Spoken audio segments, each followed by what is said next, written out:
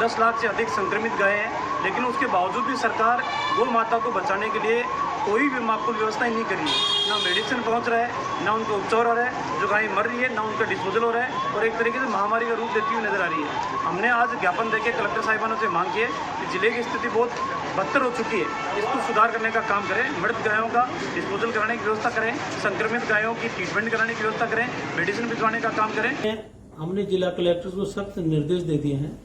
ये बार बार ये जो आ रही है मीडिया के माध्यम से, ये बात सही है कि उसके लिए अलग से बजट दे दिया गया उनको। नगर पालिकाओं के पास भी है, एसडीएम्स के पास भी है, कलेक्टर्स के पास भी है, तो उनका डिस्पोजल उसी ढंग से प्रॉपर करवाए, ये हमने उनको कह दिया है। और फिर भी जहां से जानकारी मिलती है हम तुरंत कार्रवाई करते हैं।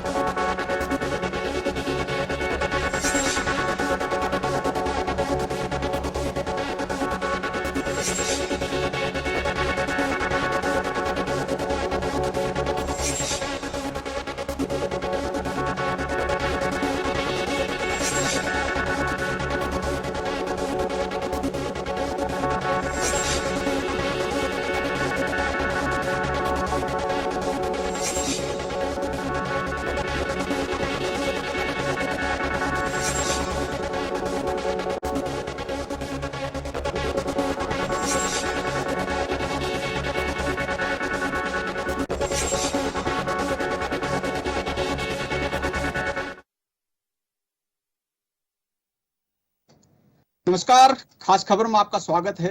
खास खबर में आज डिबेट का इश्यू है लंपी वायरस। बेजुबानों पर कहर बरप रहा है।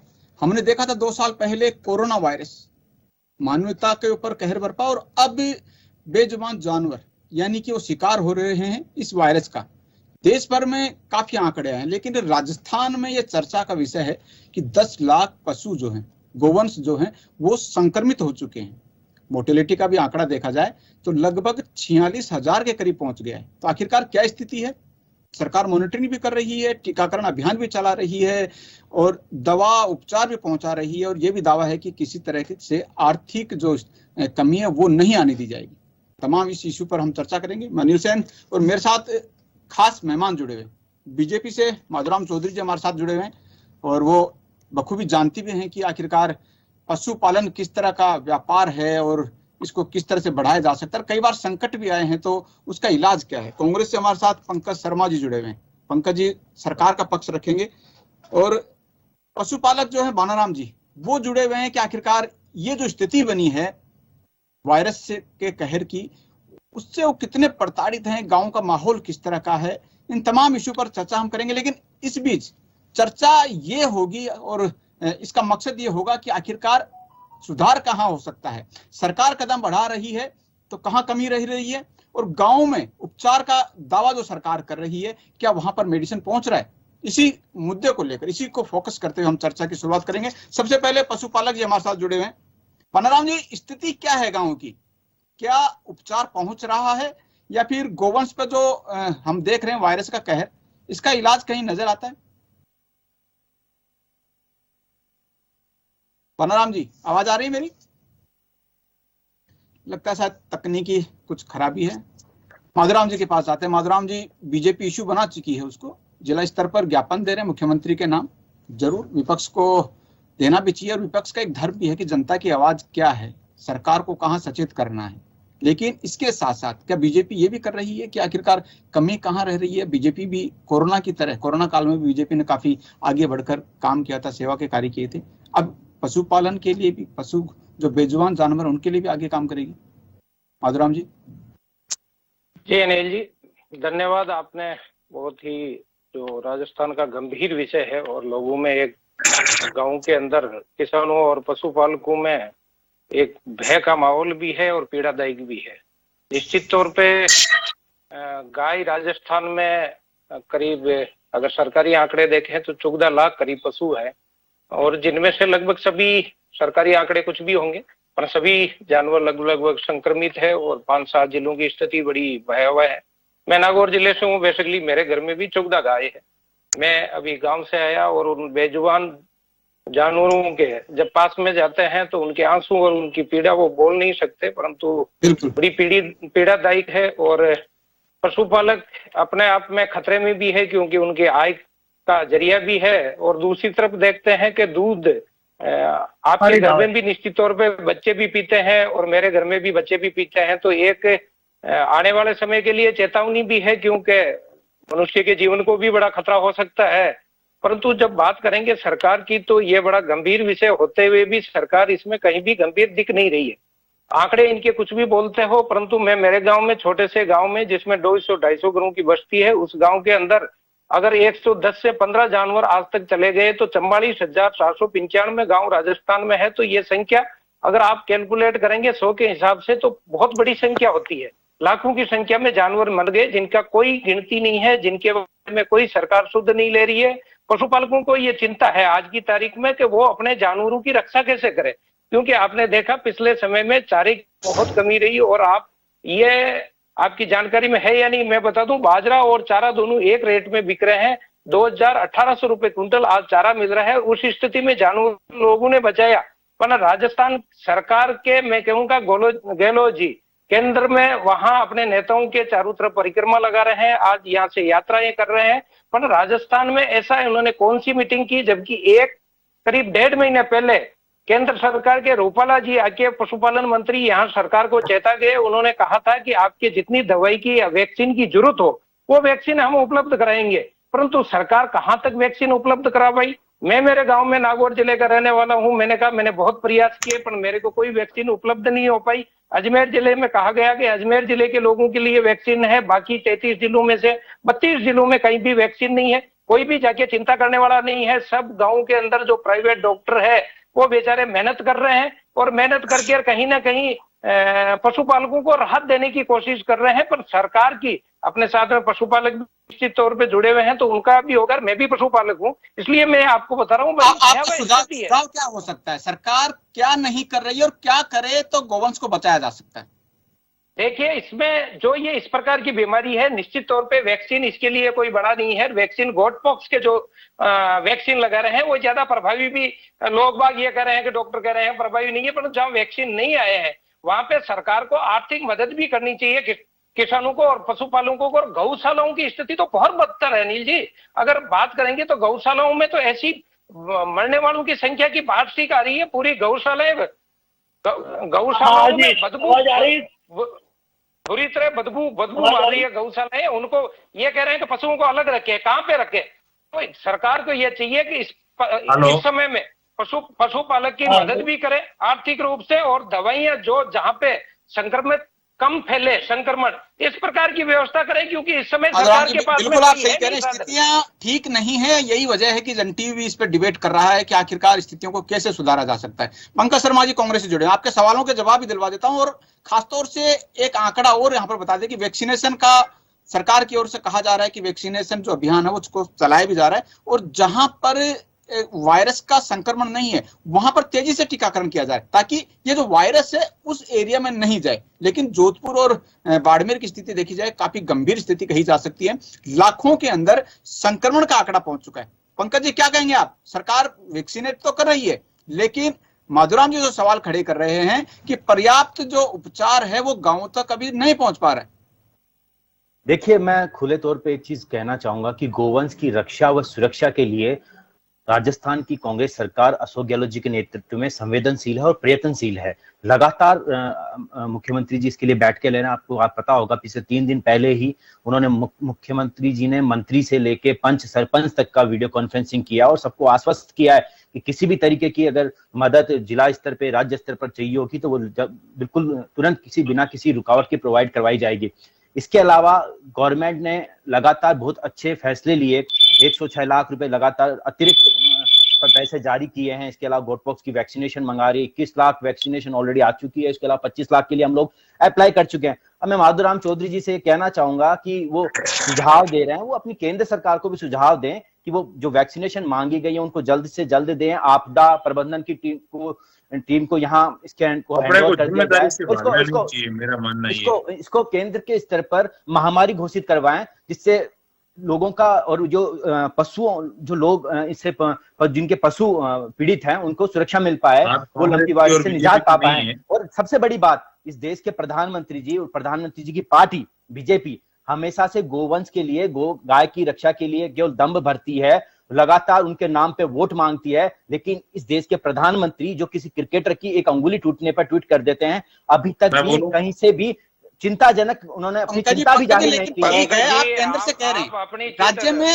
आपकी सरकार है, स्टेट के अंदर है, और राजस्थान की राज्य हमारे, आप कह रहे गाँव से डिमांड मांगी जा रही है, फीडबैक लिया जा रहा है, लेकिन ये तो स्थिति नजर आ रही है। आज हम देख रहे हैं जो नजर आ रही है। मैं सरकार के द्वारा उठाए गए कदमों के बारे में आपको बताता हूँ। सरकार ने बिना किसी रुकावट के 106 लाख रुपए का अतिरिक्त प्रावधान किया है। इसके अलावा वाहनों की व्यवस्था की है, जो पर्यवेक्षण के लिए और चिकित्सा के लिए जो वाहन लगाए जाते हैं उनके उन प्रभावित क्षेत्रों में, जो सबसे ज्यादा प्रभावित क्षेत्र में, उन्हें डॉक्टरों की टीम दूसरे क्षेत्रों से, दूसरे जिलों से लगातार भेजी जा रही है और डॉक्टर इंपोज किए जा रहे हैं। तो सरकार तो लगातार गंभीर है। चलिए, कलेक्टरों से, वहाँ के प्रतिनिधियों से कम्युनिकेशन किया है और कांग्रेस कह रहे हैं हम इंतजाम करवा रहे हैं। आप तो पशुपालक हैं, आप तक सरकार के इंतजाम कितने पहुंचे? आपके आसपास अगर गांव की स्थिति देख ली जाए, हालांकि स्थिति तो स्पष्ट भी है, 10 लाख का अगर आंकड़ा क्रॉस किया जाता है संक्रमण का, तो काफी भयावह स्थिति है। और आज मोर्टेलिटी भी अगर देख ली जाए गांव की, तो बड़ी संख्या में गायें जो है वो मर भी रही हैं। लेकिन आप एक पशुपालक होने के नाते क्या कहेंगे सरकार के इंतजाम को लेकर, और डिमांड क्या अभी आपके वहां पर क्षेत्र में अगर देखा जाए? अरे ये पंकज जी वगैरह ये जो कह रहे हैं ना, ये गायों के इस बीमारी में राजनीतिक नहीं करनी चाहिए कि केंद्र क्या कर रही है, राज्य सरकार क्या कर रही है, ये नहीं करनी चाहिए। ये बात 3 महीने से ये राजनीति ले रहे हैं, ये राजनीति कर रहे हैं। इसमें पशु मर रहे हैं और 3 महीने से ये स्टेप ले रहे हैं, धड़ाधड़ गाय मर रही है, और ये यहाँ बैठ के बात करते हैं राजनीतिक नहीं, गाय बचाई कैसे जाए उसका उपाय वो है। जरूरत क्या है? आज गांव के अंदर टीकाकरण नहीं पहुंच पा रहा है, मेडिसिन अगर जो उपचार पहुंचाया जा रहा है वो नहीं पहुंच पा रहा है, और जो ट्रीटमेंट सरकार दावे कर रही है क्या हो, क्योंकि वहां पर अगर व्यवस्था देखी जाए, ये खोखले दवे हैं। जब हॉस्पिटल में जाते हैं तो कहते हैं कि इनको स्नान कराओ फिटकरी से। अरे वो तो 500 साल पुरानी पद्धति है। शाम की से बताओ। तो बिल्कुल श्याम जी क्या कहेंगे, जिस तरह की स्थिति आप देख रहे हो? सर, पश्चिमी राजस्थान के अंदर इन आरोप प्रत्यारोपों से काम नहीं चलेगा। आपका बिल्कुल कहना सही है, आपका बिल्कुल कहना सही है। राजस्थान के अंदर और विशेषकर पश्चिमी राजस्थान के सभी जिलों में हाहाकार मचा हुआ है, और जिस गांव में हम लोग जाते हैं, चाहे गांव हो, चाहे शहर हो, चाहे गौशाला हो, वहां गांव के चारों ओर मृत गायों के ढेर लगे हुए हैं। मेरी आवाज पहुंच रही है? यही तो वजह है, चिंता का विषय यही है। क्या कर रही है सरकार?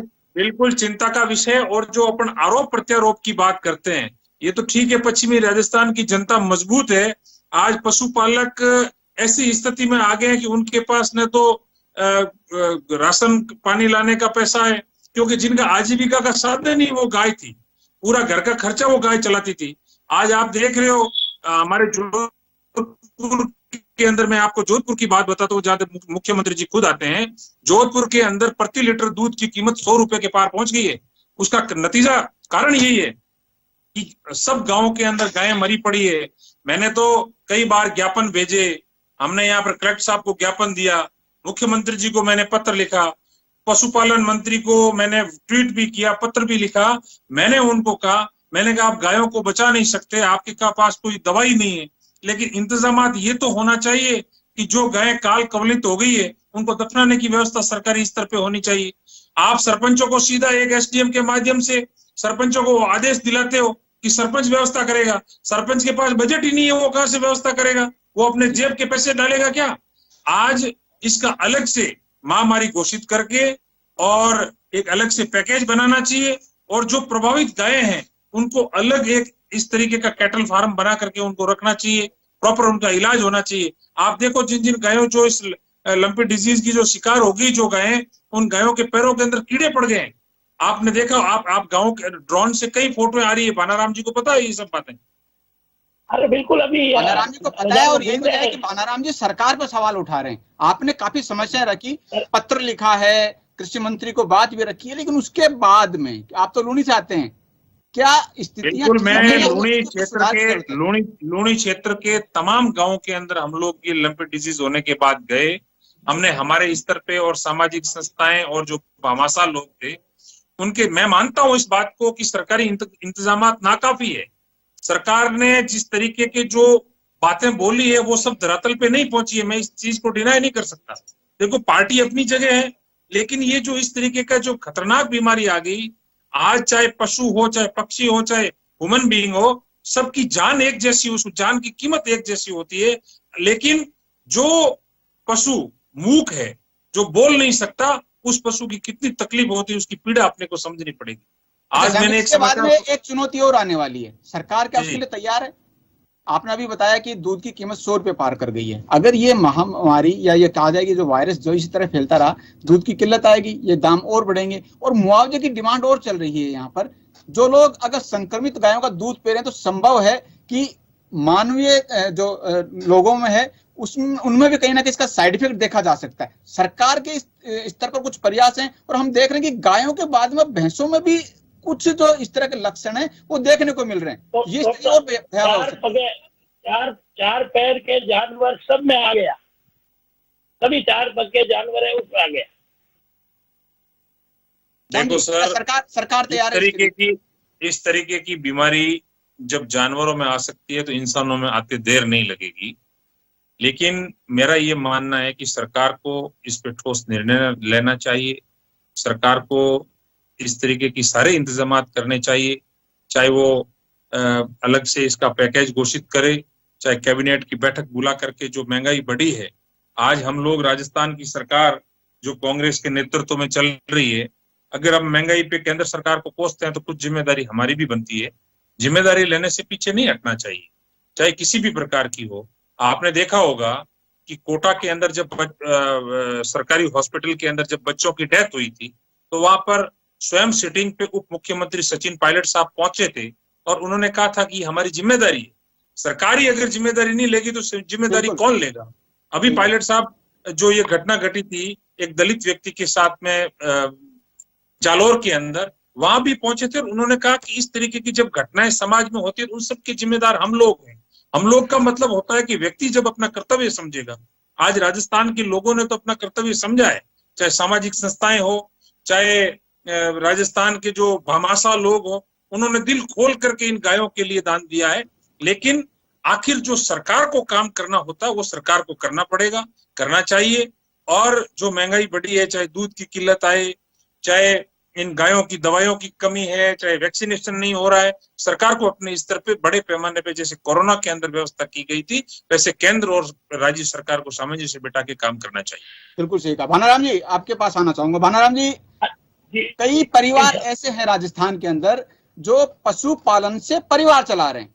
राजस्थान में अगर देखा जाए लाखों में आंकड़ा है। अब उनके ऊपर क्या गुजर रही है, क्योंकि दूध का व्यापार उनका ठप हो गया, पशु जो उनका संक्रमित हो रहे हैं। अब सरकार शुद्ध लेवे तो इनको बैठ के या तो हमारे को पशु दिलवावे और जिसमें सब्सिडी देवे तो हम वापस पैरों पे खड़े हो सकते हैं, वरना हम पैरों पे खड़े नहीं होंगे वाले, और न हमारा परिवार चलेगा। तो क्या डिमांड क्या है, पशु पर क्या डिमांड है? पशुपालन को मिलना चाहिए, मोर्टेलिटी के आधार पर मिलना चाहिए, क्या होना चाहिए ताकि सरकार भी वहन कर सके, क्योंकि एक आंकड़ा बड़ा है गायों की।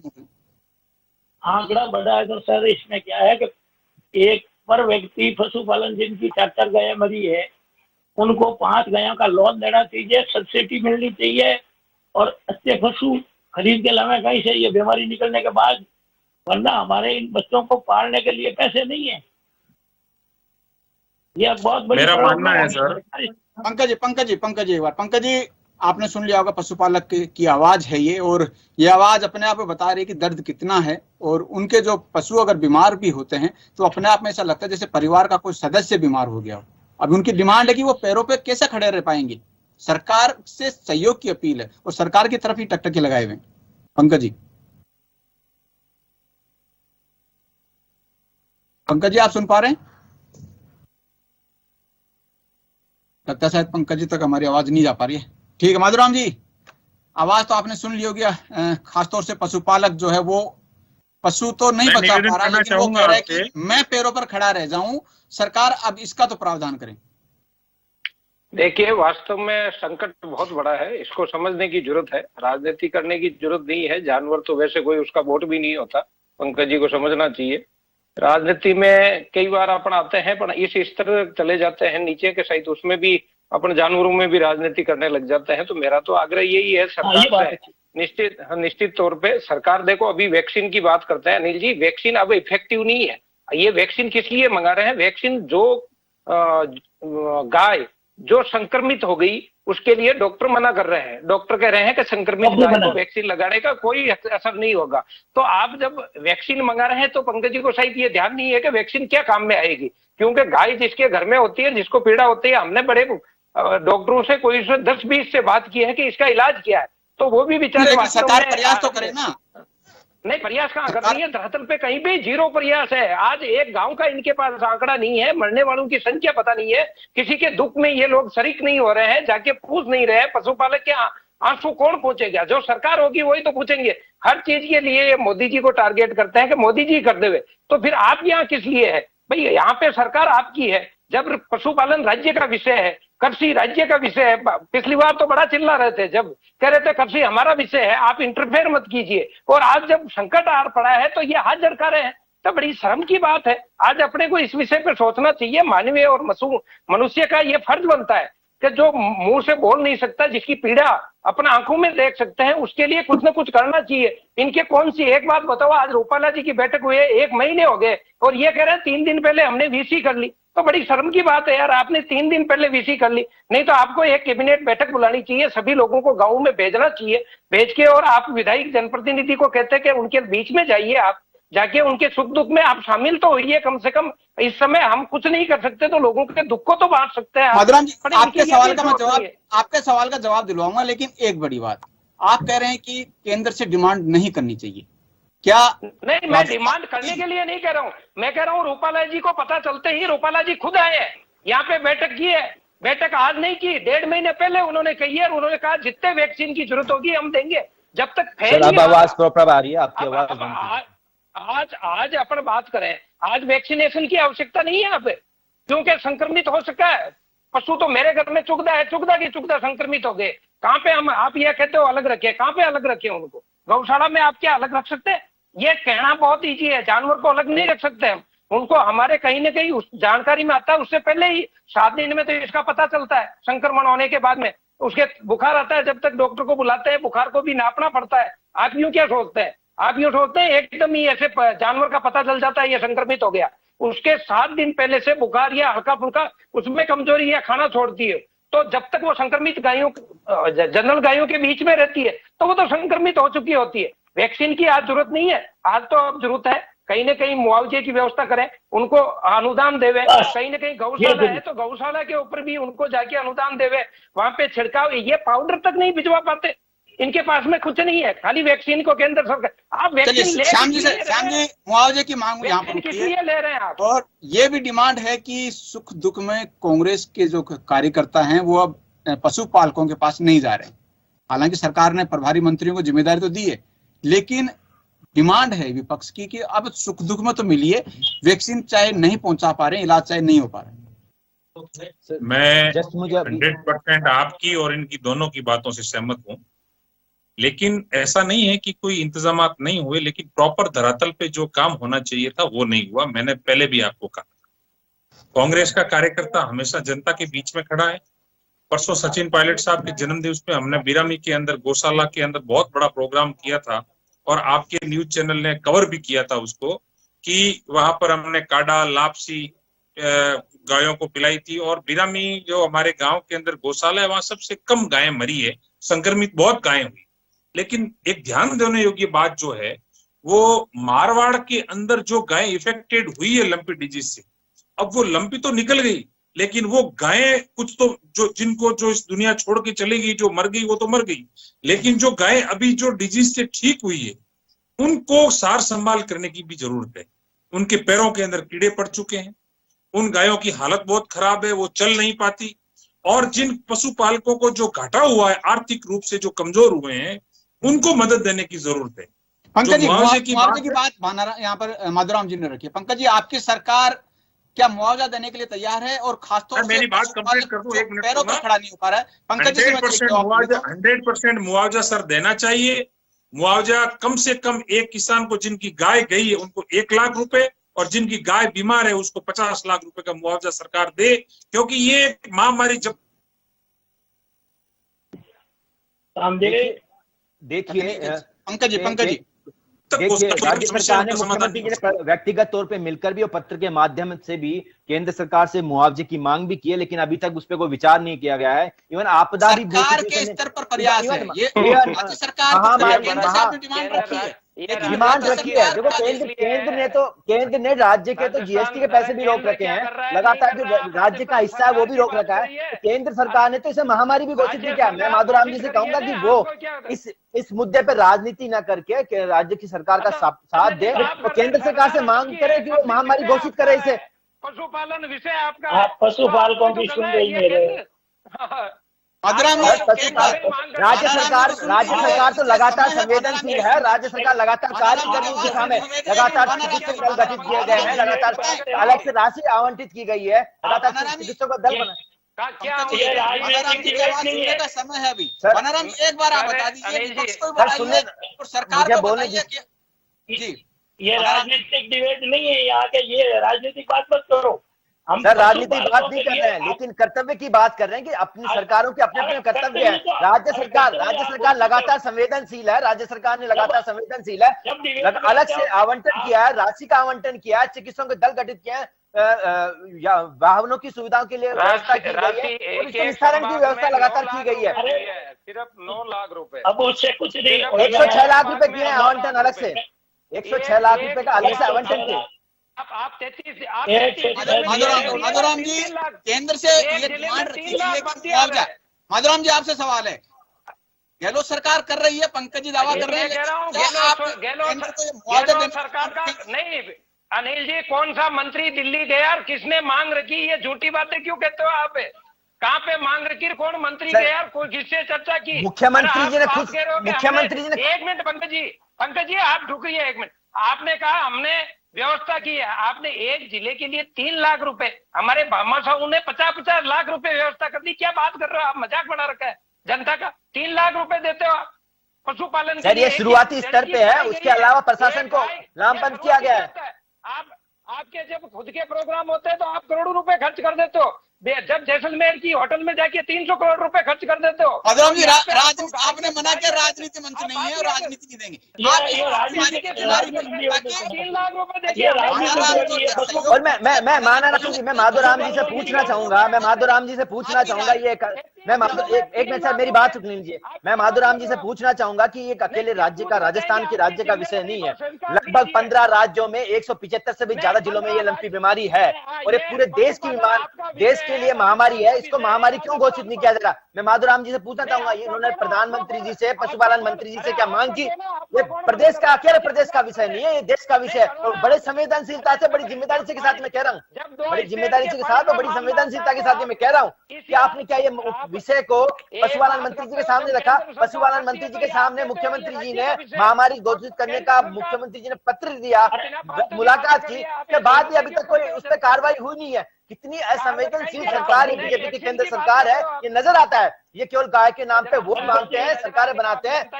जनता आपको देख रही है, इस प्रकार की आप व्यवस्था कर रहे हैं, अपनी व्यवस्था मानाराम जी बताइए। शायद पशुपालक की आवाज दब रही है और राजस्थान की स्थिति में शायद यही है। राजनीति नहीं करने का बयान और राजनीति नहीं करने का दावा है, लेकिन अभी भी समय है। हालांकि देरी बहुत हो गई है, लेकिन अभी भी अगर पशुपालक के परिवार को बचाना है तो उस और सरकार को बढ़ना पड़ेगा। और खासतौर से लंपी वायरस, कोरोना वायरस पर बेहतर इंतजाम हुए। सरकार के केंद्र ने भी तारीफ की और केंद्र ने भी अच्छा सहयोग किया, लेकिन उस मुहिम को एक बार फिर से धरातल पर लाना होगा और इन बेजुबान जानवरों को कैसे बचाया जा सकता है, ये पहल करनी होगी। राजनीति छोड़नी होगी, विपक्ष को सरकार के साथ आना होगा और कंधे से कंधा मिलाकर उस पशुपालक तक पहुंचना होगा जिसको इस समय सरकार की भी जरूरत है, विपक्ष की भी जरूरत है, अपने पशुओं के लिए उपचार की भी जरूरत है और राजनीति की अभी तक हाल फिलहाल जरूरत नहीं है। और यही डिमांड आज राजस्थान का हर नागरिक भी कह रहा है, पशुपालक भी आवाज यही उठा रहा है, क्योंकि ये बीमारी नई नहीं है। ये बीमारी 1900 के दशक के अंदर दक्षिण अफ्रीका में 1929 में आई थी, हाल फिलहाल 2019 में आई है। इलाज हो सकता है, उपचार हो सकता है। कोरोना बीमारी आई, उसका अगर इलाज हो सकता है तो ये इन बेजुबान जानवरों के लिए बेशक सरकार अगर मंशा रखे, वोट नहीं है लेकिन वोट की राजनीति छोड़कर एक कदम आगे बढ़ाना पड़ेगा। दोनों पार्टियों को या फिर दूसरी जो पार्टियां हैं भामाशाह भी सहयोग कर रहे हैं, मानवता के नाते हर कोई आगे भी आ रहा है, लेकिन एक कदम राजनीति छोड़ के पार्टियों को भी आना पड़ेगा। फिलहाल समय इतना ही है, मुझे इजाजत दीजिए। तमाम जो गेस्ट अतिथि रहे उनका सभी का बहुत बहुत धन्यवाद। समय इतना ही है, दीजिए इजाजत। खास खबर में इतना ही, नमस्कार।